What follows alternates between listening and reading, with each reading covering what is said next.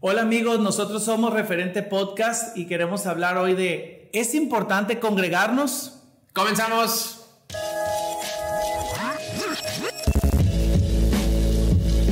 Mira, muchacho, a ver, Jorge Ricardo. Tenía ganas de decirte Jorge Ricardo porque aquí en el podcast, puro chacho, eres el artístico. Sí, pero ya develaste mi nombre real. Ya, sí, porque en el es rancho importante, sí te es decimos. importante. Sí, igual cuando venga el señor, pues no me va a hablar como Chacho Ben.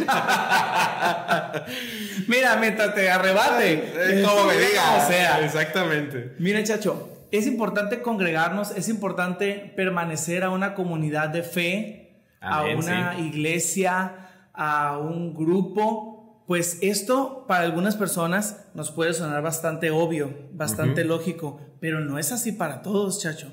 Hay personas que, por ejemplo, dicen, yo creo en Dios, me late la idea de Jesucristo, me gusta, creo, pero no creo que sea necesario reunirme con un grupo de creyentes. Claro. No creo que sea necesario pertenecer a un lugar, tener ese tipo de sentido de pertenencia o de responsabilidad. Y así hay un montón de gente. Entonces no es tan lógico como parece. Entonces de ahí viene la pregunta que estamos planteando esta noche.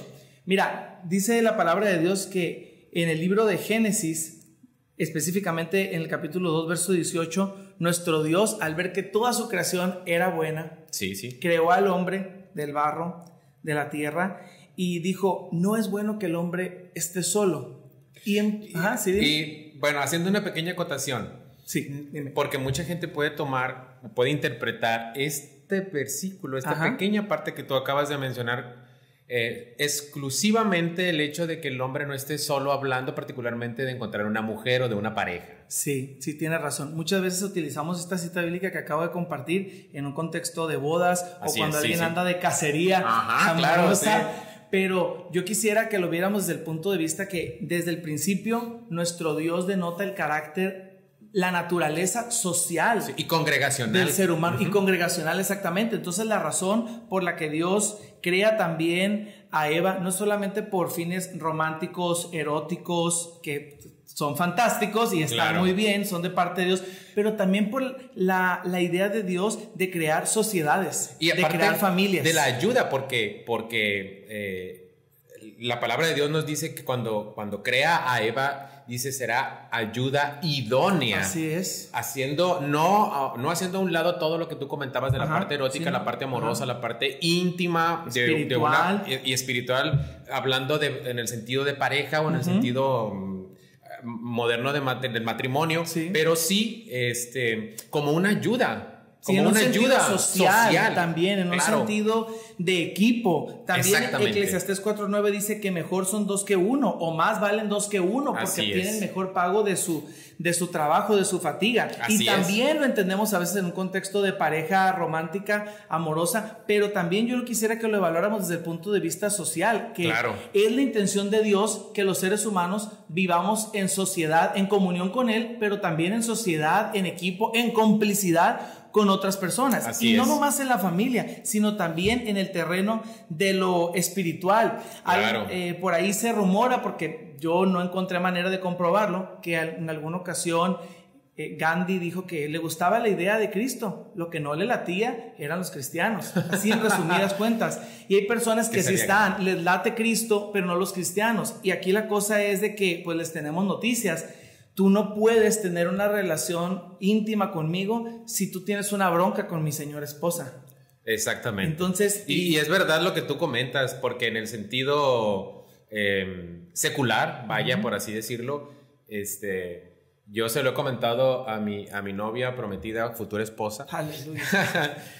Eso justamente yo le he dicho, si en algún punto en algún lugar te rechazan a ti, o tú no eres bienvenida, o tú no puedes sentarte en una mesa, yo no me siento tampoco, porque me están rechazando a mí también, porque van a ser una sola carne cuando sean marido y mujer, y si te rechazan a ti, la rechazan a ella. O sea, no estamos hablando que no podamos tener círculos sociales o de trabajo en donde no esté el cónyuge, no, pero una cosa es que haya esa individualidad como seres humanos, y otra cosa es que haya bronca, o sea, hay bronca con tu cónyuge, ahí ya cambia la cosa. No es bueno. Y sucede lo mismo con Jesucristo. Claro. No podemos realmente estar en comunión con Jesús si no aceptamos a su novia, que es la iglesia. Por más imperfecta, por más debilidades que pueda tener, es su novia, dio su sangre por ella y la ama. Y si Cristo acepta a su iglesia con todos sus defectos, y claro, la anima, le exhorta a cada vez tener menos arrugas y estar libre de mancha en sus vestidos, ¿por qué nosotros habríamos de rechazar a la iglesia si el único que podría rechazarla la aceptó y la amó hasta el final? Así es, también la Biblia nos habla de que la iglesia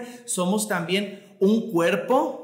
Nos da la idea también de que la iglesia somos una familia. La Biblia habla de que hagamos bien a todos. Así es. Y más todavía a los domésticos de la fe. Y hablar de doméstico, lo doméstico es lo de casa. Es la familia. Así es. Entonces tenemos la idea de un edificio, de una familia, también de un cuerpo. Todos somos parte de un solo cuerpo. Amén. En donde Cristo es la cabeza y los miembros de la congregación que cumplimos diferentes funciones, que tenemos diferentes dones dados por un mismo Espíritu Santo. Así es. Somos todos un equipo de trabajo en un cuerpo. También la Biblia dice en el Salmo 100, pueblo suyo somos también un pueblo, fíjate, claro. Como quien piensa en una nación, en una etnia, somos nación santa también, somos un pueblo adquirido por Dios. También volviendo al Salmo 100 dice, y ovejas de su prado. También está esta imagen de que Cristo es el pastor y nosotros, la iglesia, también somos sus ovejas. Entonces hay diferentes metáforas en la palabra de Dios para describir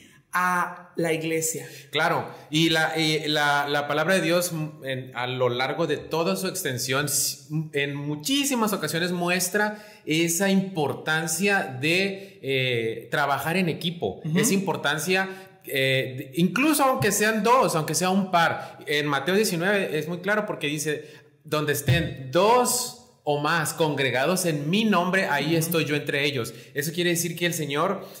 no quiere decir que si tú estás solo en tu casa teniendo un momento de intimidad con el Señor, eso es válido, eso es muy bueno y lo deberíamos de practicar, por supuesto. Sin embargo, es súper importante la comunión con el resto de nuestros hermanos. A final de cuentas es donde también se muestra los frutos del Espíritu, porque ¿quién te va a confrontar o con quién te vas a equiparar al momento pues de demostrar que el Espíritu Santo vive en ti? A final de cuentas, igual también la Biblia nos dice que el éxito de cualquier tarea que emprendamos siempre va a ser mejor en equipo, porque dos son mejores que uno. Entonces, si uno se debilita o si uno cae, tiene al otro para apoyarlo. Así es. Entonces se comparten las fuerzas. Si uno tiene frío, el otro le puede calentar. Le puede dar calor. Si uno cae, el otro lo puede levantar. Pero hay de aquel que está solo. Hay de aquel que está solo. Entonces, aquí la cosa está que tenemos que entender que el plan de salvación, si tú todavía no tienes a Cristo como tu Señor, tú debes de entender que el plan de salvación que Cristo ideó incluye a otras personas. No nomás en que tú lo recibas como tu Salvador, tu Señor personal, sino que también tú inicies un caminar con Él en donde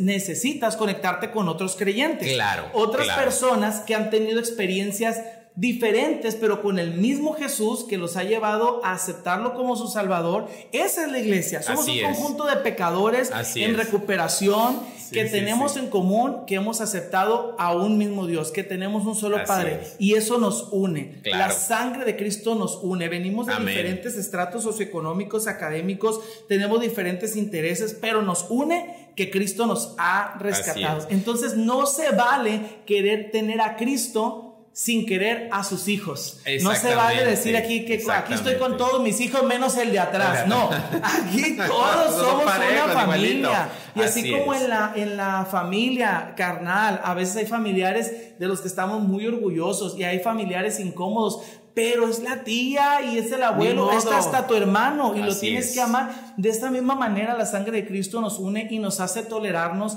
y soportarnos unos a otros. Así es. Pero también la pasamos muy bien. Entonces Cristo no te quiere salvar para tenerte solo, porque no existe el llamado a llanero solitario. Esta idea de estar allá en un monte, en un monasterio, en un lugar apartado, puede ser válido por algunos días. Moisés subió al Sinaí 40 días y vemos diferentes tipos de retiros espirituales espiritual, pero es un momento, no es un estilo de vida. Incluso Jesús tenía un equipo de 12 con él. Ajá, y había momentos donde él se retiraba a estar a solas y a orar pero no era un estilo de vida estar no, aparte. No estamos llamados a vivir nuestra fe ni de manera individual ni de manera apartada. Estamos llamados a vivir nuestra relación con Cristo, sí, en la intimidad de nuestra devoción diaria, pero también en comunidad. Así es. No podemos estar separados del cuerpo, porque un miembro que se separa del cuerpo muere. Hay quien también pone el ejemplo de que estar en una congregación, en una iglesia, es como ser una fogata. Entre todos hacemos la fogata. Si uno de los troncos, cada uno de nosotros fuéramos un tronco, se retira, tendrá fuego, tendrá calor por algún tiempo, pero estando solo apartado, se va a extinguir más en rápido, algún momento se va a extinguir, tarde que temprano. Entonces estamos llamados a estar en una misma hoguera. Incluso con esa analogía que estás poniendo, y muchas veces a aquellos que les gusta acamparlo no nos van a dejar mentir. Si tú, esa analogía que te sacas el tronco, se apaga incluso antes de tiempo. No se consume todo. Se apaga porque le falta el fuego, el calor del resto de la comunidad. Que crean entre todos. Entonces no se cumple el propósito completo de ese tronquito porque se apartó. Y es lo mismo que nos pasa a nosotros. Muchas veces nuestros propósitos o el propósito de Dios, que el propósito que Dios tiene para nuestras vidas, no se cumple del todo o completamente porque pretendemos muchas veces hacerlo solos. Así es. Y el Señor no nos puso en esta tierra para estar solos, nos puso para trabajar, vivir y convivir en comunidad. Ahora, hay una especie de malinterpretación de la congregación, de la iglesia, que se tiene en el mundo secular, porque muchas veces se piensa que la iglesia es un club social. Y no somos un club social. La iglesia no es un club social. Claro, es una sociedad porque es un conjunto de personas los que nos reunimos, pero no solamente es una reunión física, porque la iglesia es también nuestra unión espiritual. Así es. Principalmente con nuestro Señor Jesucristo, con nuestro Dios, pero también entre nosotros como hermanos. A final de cuentas, como bien lo mencionamos, formamos parte de un cuerpo espiritual. Así es. Y lo que le pase a uno afecta al resto. Y eso es real. Porque aunque formemos parte de un cuerpo espiritual, lo que le pase a uno de nuestros hermanos en Cristo, económicamente, físicamente y espiritualmente también, moralmente, nos afecta y nos duele. Así es. Como congregación, pues lo que el Señor pide de nosotros es que nos acerquemos a esa. Y cuando nos va bien a todos. A nos todos, todos. Claro. Entonces, nos levantemos entre todos y nos apoyemos entre todos y nos sintamos felices por aquellos que están felices también. O sea, compartir tanto la pena como la abundancia, la alegría. La palabra iglesia proviene del original, que es eclesia, que significa asamblea o llamados fuera. Fuimos llamados fuera de las tinieblas y ahora estamos en la luz de Jesús. Amén. Y ahora somos un equipo de trabajo para esparcir el mensaje de Jesús, para extender sus valores donde sea que nos encontramos, para apoyarnos unos a otros en nuestro crecimiento espiritual, moral, académico, aquí en la tierra, para ser una familia, una comunidad de fe. Así es. Y porque vamos a pasar juntos también la eternidad. Así es. Si bien es cierto que a la eternidad vamos a ir de uno por uno, pero si le echamos ganas entre todos y estamos cada uno a cuentas con el Señor aquí, pues allá nos vamos a ver también. Amén. Y todos somos hijos de un mismo Padre. Entonces, si tú ya tienes a Cristo como tu Señor y tú no perteneces a un lugar, tú necesitas conectarte a un lugar, porque si no vas a ser como ese tronco que muy pronto se va a extinguir. Somos llamados a ser parte de la familia de la fe. Tú tienes dones, tú tienes talentos, capacidades, tú tienes un testimonio que va a bendecir a muchos, pero en el lugar en donde te plantes, te enraices para servir, para conectarte con otros creyentes. Y mira, es impresionante. Mira, el libro de Hebreos, que está en el Nuevo Testamento, no se sabe bien quién lo escribió, pero se sabe que va dirigido a un grupo de personas de origen judío, o sea, de sangre, y por ende también que tenían un trasfondo religioso judío, porque hace una serie de analogías entre el antiguo pacto y el nuevo. Y nos hace saber que ahora el camino es Jesús, que Jesús es Jehová hecho hombre, que murió y resucitó. Entonces, el libro de Hebreos trata de convencer a los hebreos de que el cristianismo es la continuidad del judaísmo. Claro. No se opone, sino que es la continuidad. Es una, como lo acabas de decir, es un nuevo pacto, es una renovación. la ley ya no tiene vigencia, ahora es Cristo el que marca la pauta y el camino a seguir. Así es. ¿Y por qué estoy trayendo a colación el libro de Hebreos? Bueno, porque el escritor de los Hebreos, quien sea que haya sido el que puso la tinta y papel, nos dice en el capítulo 10, verso 25, no dejando de congregarnos como algunos tienen por costumbre. O sea, que desde tiempos bíblicos, desde el inicio de la iglesia, había personas a las que les parecía poca cosa la reunión de adoración, no solamente 1 o 2 veces a la semana, sino todo el trabajo que conlleva la iglesia, porque la iglesia hace muchas cosas. Por ejemplo, en el Imperio Romano se dice que los cristianos se hicieron famosos por rescatar niños abandonados, donde en el momento en que sus madres los parían y eran hijos no deseados, los aventaban a la calle o a la basura, y los cristianos se hicieron famosos por adoptar niños. La iglesia hace muchísimas cosas porque el Señor se lo está demandando. Y aquí dice, hay gente que lo tiene por poco, y por eso desde el libro de Hebreos, de los primeros siglos de la iglesia, ya había quienes se les hacía fácil dejarse de congregar, y por eso el escritor los exhorta, no dejen de reunirse como algunos tienen, ya había quienes tenían esta mala costumbre en ese entonces. Esa no es una cosa nueva, sino exhortándonos, y tanto más cuando veis que aquel día se acerca, el día de nuestra redención. Y si el día de la redención de la iglesia, el día del levantamiento de la iglesia se miraba cercano cuando el libro de Hebreos se escribió, pues ¿cómo estaremos ahora, chacho, con toda la tracatera? Cristo ya no tarda en recogernos. Así que no te halle sin estar conectado en un lugar donde tú estés sirviendo. Sí, o sea, estamos viendo la tempestad y todavía no tenemos el temor de arrodillarnos. Humíllate. Así es. Bueno, es que hay otra cosa muy importante, y creo que tiene mucho que ver con esta parte que dice en el libro de los Hebreos, que evidentemente nuestra sociedad es cíclica, ¿no? Entonces, los mismos errores, ni siquiera, ojalá se repitieran las virtudes y las cosas positivas, pero parece ser que los mismos errores se van repitiendo cíclicamente. Entonces, esa parte de no dejen de congregarse es aplicable en todos los siglos y en todos los momentos, porque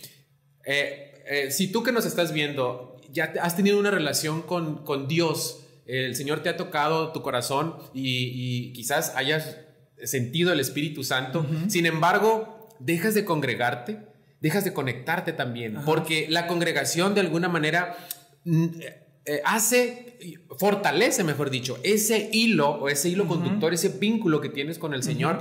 Porque todos en comunidad nos fortalecemos. Sin embargo, cuando nos separamos es más fácil que el mundo nos jale a sus garras. Somos presas fáciles. Muy fáciles. Cuando estamos solos. La Biblia explica cómo cuando Moisés dirigía al pueblo de Israel por el desierto, los que se iban quedando atrás del grupo, los que no querían seguir el paso, los que estaban enfermos, se los iban destazando los amalecitas. O sea, iban siendo presas fáciles de sus enemigos porque se quedaban atrás, porque estaban separados, porque no estaban en comunidad. Y mira, la Biblia dice que debemos de amar al Señor con todo nuestro corazón, con toda nuestra mente, con todas nuestras fuerzas, Amén. Con toda nuestra alma. Pero el segundo mandamiento es igual de importante que el primero, que amar a nuestro prójimo como a nosotros mismos. Entonces, no puedo yo vivir una vida plena de amor con Cristo, amándolo, siéndolo fiel, si no tengo una relación con el otro. Claro, que lo veo, lo toco. ¿Cómo puedo tener una relación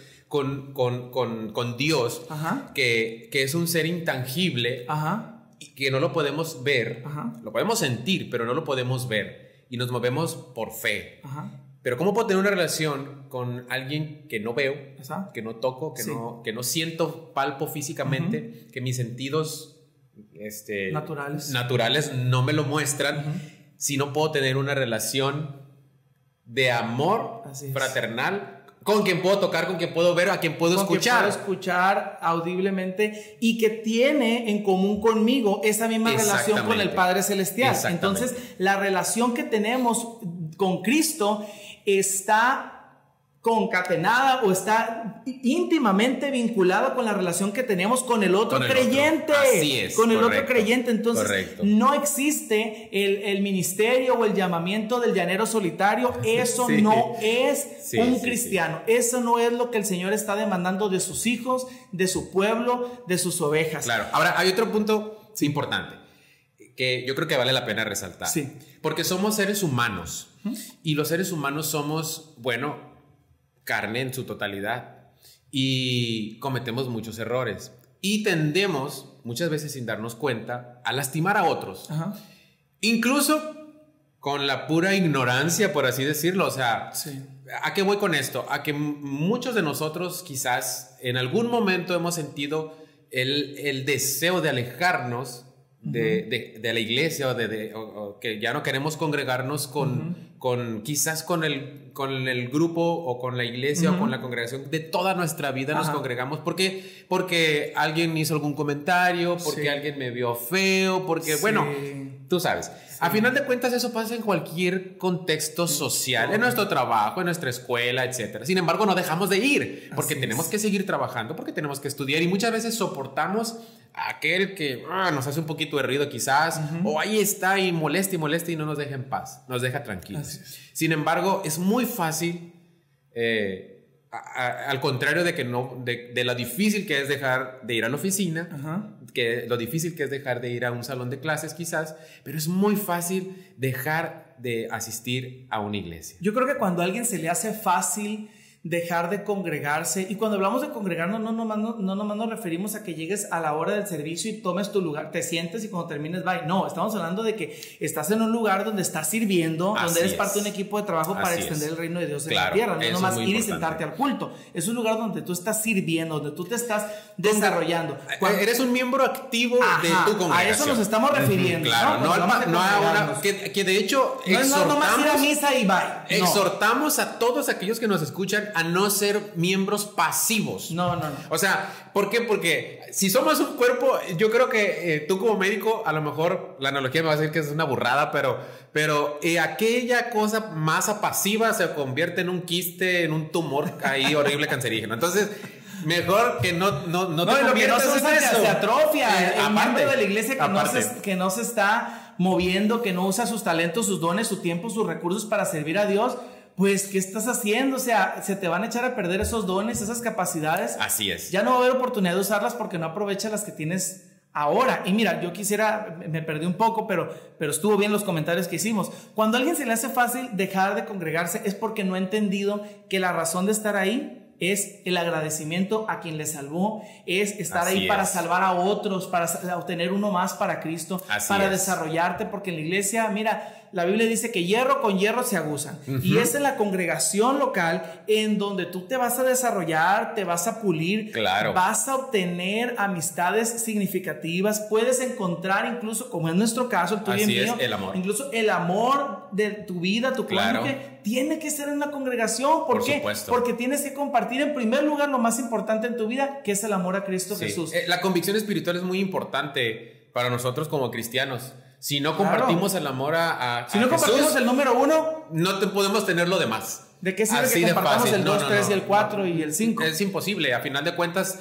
termina lo demás por disolverse. Así es. Porque el amor que a nosotros nos llena, el amor que nosotros profesamos primero, que es el amor de Cristo. Así es. Y es el amor que le profesamos a nuestra pareja. Así es lo primero. Es lo primero. Es el amor es el amor que nutre el resto de los amores. Totalmente. Por así decirlo. Y cuando el primer amor de tu vida, que debe ser Jesucristo, está en orden, yo lo he dicho en otras ocasiones, todos los demás amores se acomodan. Se alinean, porque tienes lo primero en el primer lugar. Así es, amén. ¿Y a qué se atiene esa gente que se atreve a desconectarse de la familia, del cuerpo, del rebaño? Son presas fáciles del lobo. Exactamente. Oye, dice 1 de Pedro 4:18, si el justo con dificultad se salva, ¿a dónde aparecerá el impío y el pecador? O sea, si echándole todas las ganas del mundo, luchando contra nuestra carne, resistiendo al diablo, sirviendo, tratando de serle fieles al Señor, que pecamos y nos arrepentimos y va de nuevo a volverle a echar ganas. Aún así, dice la Biblia, con dificultad se va a salvar. O sea, ¿dónde va a ir a dar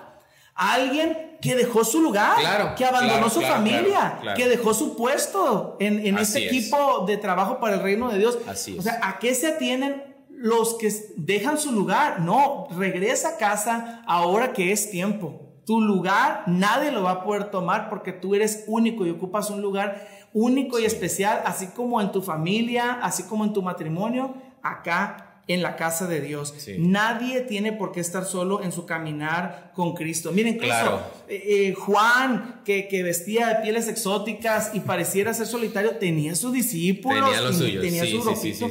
Elías tuvo Eliseo y luego ellos tuvieron también una escuela de profetas. Nunca vivieron su espiritualidad en lo individual, nunca, en la soledad. Nunca. Incluso nuestro Señor Jesucristo, cuando inicia su ministerio terrenal, se agarra 12, y no nomás fueron 12, tuvo más discípulos, mujeres y hombres, Jesús, pero 12 era como el top 12, pues era el top. Y de ahí tuvo sus 3 y así. Pues exactamente, pero a Jesús lo seguía mucha gente y tenía muchos seguidores. Él siempre vivió su fe, su ministerio en comunidad.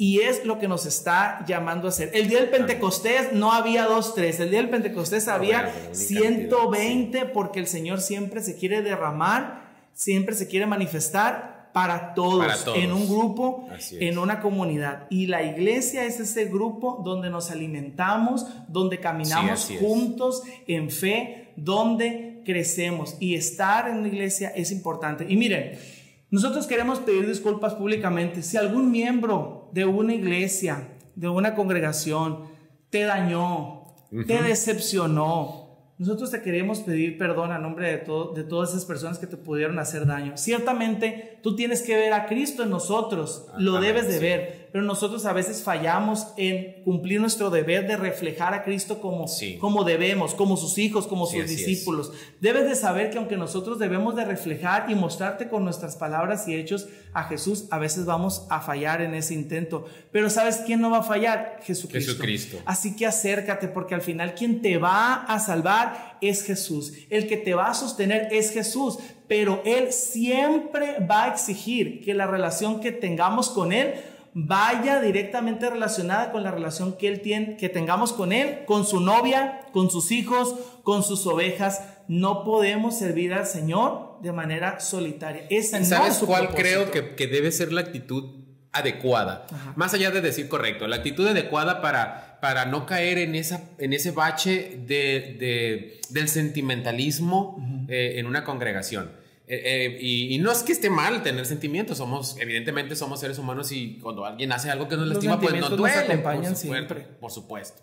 Sin embargo, yo creo que si tenemos la actitud de servir, y esa es la actitud que nos mueve, cualquier otra cosa que nos pase alrededor, si alguien nos dice algo que nos hiere, o quizás alguien que esperamos con mucho entusiasmo nos apapache, por así decirlo, y un día pues tampoco andaba en sus 5, o alguien a quien admirábamos, de repente ahí tropieza. Bueno, eso no nos debe de hacer dudar, ni de tropezar, ni de hacernos sentir mal. Al contrario, no es. ¿Por qué? Porque al final de cuentas nuestra actitud es la de servir. Y si alguno nos hizo algún mal o nos hizo algún daño dentro de una congregación o dentro de una iglesia, pues hay que hacer como se dice coloquialmente, de tripas corazón, y bueno, continuar, ¿no? Sí, y darle otra oportunidad, porque nosotros tampoco estamos exentos de incurrir en ese tipo de cosas. En algún momento tú y yo podemos decepcionar a alguien más, y vamos a ocupar el perdón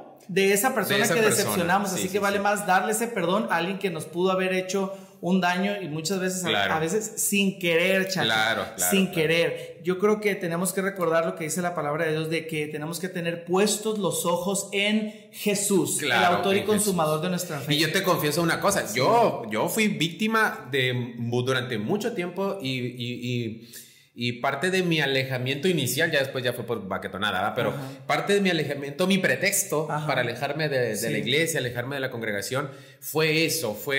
Vi una hermana que un poquito ahí imprudentita. Sí, y sabes que te voy a decir una cosa, no era ni siquiera conmigo, pero hacía sentir muy mal a alguien que yo amaba mucho, y eso me dolía más. Sí. O sea, porque cuando hieren a alguien que tú amas demasiado, ese dolor se intensifica mucho más que si te lo hicieran a ti. Entonces pero ¿qué pasó? Esa lejanía, a través de ese pretexto, hizo que me alejara no solamente de la congregación, me alejé de Dios, y dejé de pensar en Dios, dejé de sentir a Dios, hasta que incluso desconocí al Señor.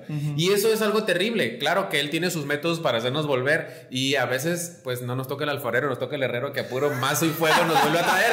Entonces, pero bueno, nos forja a final de cuentas. Y te vuelves a encontrar con esa congregación que no siempre te va a apapachar porque no estamos a veces para que siempre nos estén apapachando. Así. O sea, es bueno también a veces que nos ya es hora que nosotros apapachemos a alguien más. Exactamente. O sea, ya tenemos que ir creciendo y madurando. Ese es el trabajo que debemos de cumplir. Nuestro trabajo debe ser siempre servir. Y cuando sirvamos adecuadamente, el Señor nos va a recompensar porque va a haber otro que te va a apapachar a ti en el momento que menos te lo esperes. Y si no hay, el que te va a apapachar a ti es el Señor Jesús. Y date por bien servido. Ya con eso es suficiente. Totalmente de acuerdo. Nuestra razón para permanecer debe ser el agradecimiento por nuestra salvación y que entendamos que nuestra relación con Cristo depende en gran medida de la relación que tengamos con su esposa, con los demás miembros de la familia, con nuestros hermanos. Y si en algún lugar nos han decepcionado, por ejemplo, te decepcionó un maestro y no por eso te sales de la escuela. Así es. Entonces te decepcionó un pastor o un hermano a quien tú admirabas y no por eso te debes de descarrilar, porque al final el que te va a rescatar es Cristo. Mira, cuando Pedro se estaba hundiendo en el agua, ¿por qué Pedro se estaba hundiendo?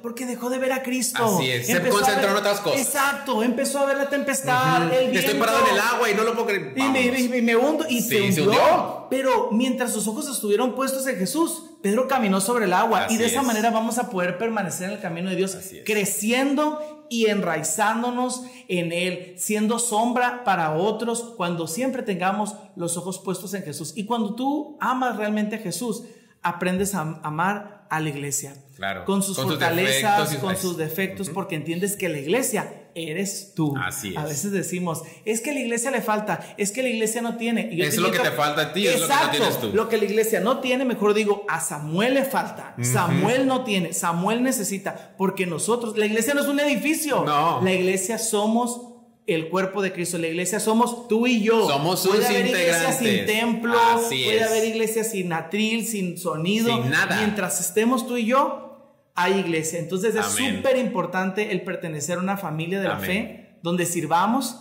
donde podamos echar raíces, donde podamos amar y ser amados, porque estar en el cuerpo de Cristo es lo mejor.